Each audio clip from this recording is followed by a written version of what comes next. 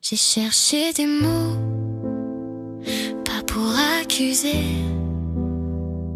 juste pour comprendre, parce que quand on comprend, on respire un peu mieux.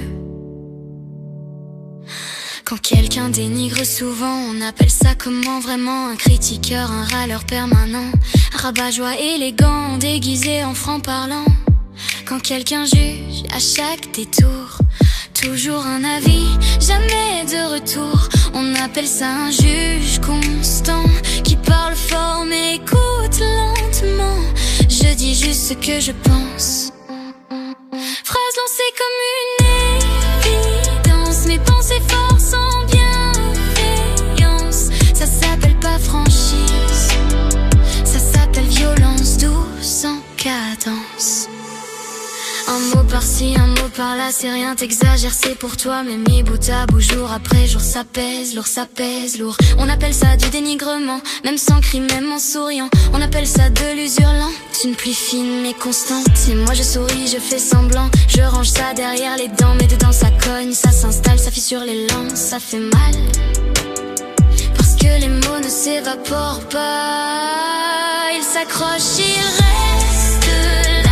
Ils tournent en boucle dans la tête, ils s'installent sans invitation, sans fête. Et moi je ressens quoi? Une estime de moi qui s'en va, un doute qui prend trop de place, une honte que je ne reconnais pas.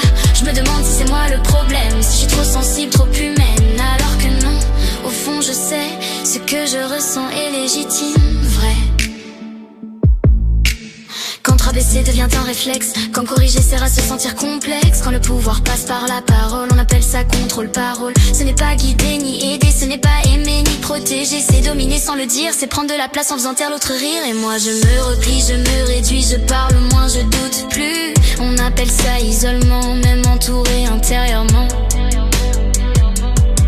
Petit point psycho sans étiquette, pas besoin de diagnostiquer la tempête, mais dévaloriser pour se sentir supérieur. C'est pas une opinion, c'est un déséquilibre intérieur.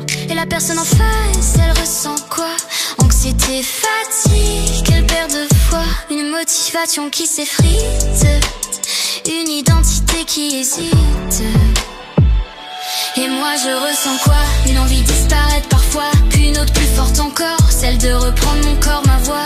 Parce que nommer c'est déjà résister, comprendre c'est commencer à se libérer. Je ne suis pas faible, je suis lucide, et ça change tout même quand c'est difficile. Alors j'apprends à mettre des mots, pas pour pointer, pas pour faire faux, mais pour dire stop, ça suffit. Ce que je vis mérite d'être dit. Je transforme la honte en phrase, la confusion en balise. Ce n'est plus flou, ce n'est plus vague. Je vois clair, je reprends la part.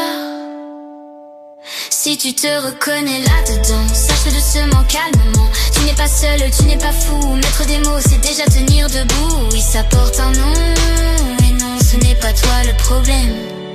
C'est le début de la réparation, et peut-être d'une respiration.